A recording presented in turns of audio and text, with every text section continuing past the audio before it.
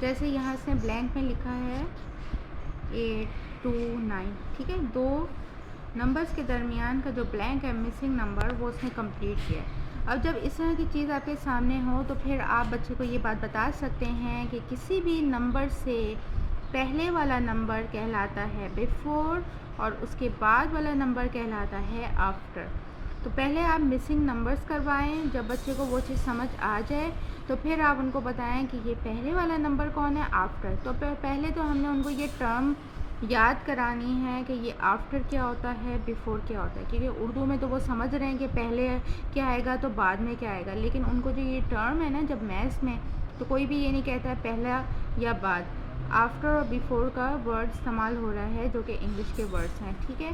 तो आप लोगों ने पहले इन टर्म्स को इंट्रोड्यूस कराना है, उसके बाद इन टर्म्स का मतलब क्या है वो बताना है। आप नंबर से भी बता सकते हैं, ऑब्जेक्ट से भी बता सकते हैं कि हम 3-4 ऑब्जेक्ट्स रखते हैं अलग अलग कलर के और फिर हम उनसे पूछें कि बिफ़ोर ब्लू कलर कौन सा कलर है, या बिफ़ोर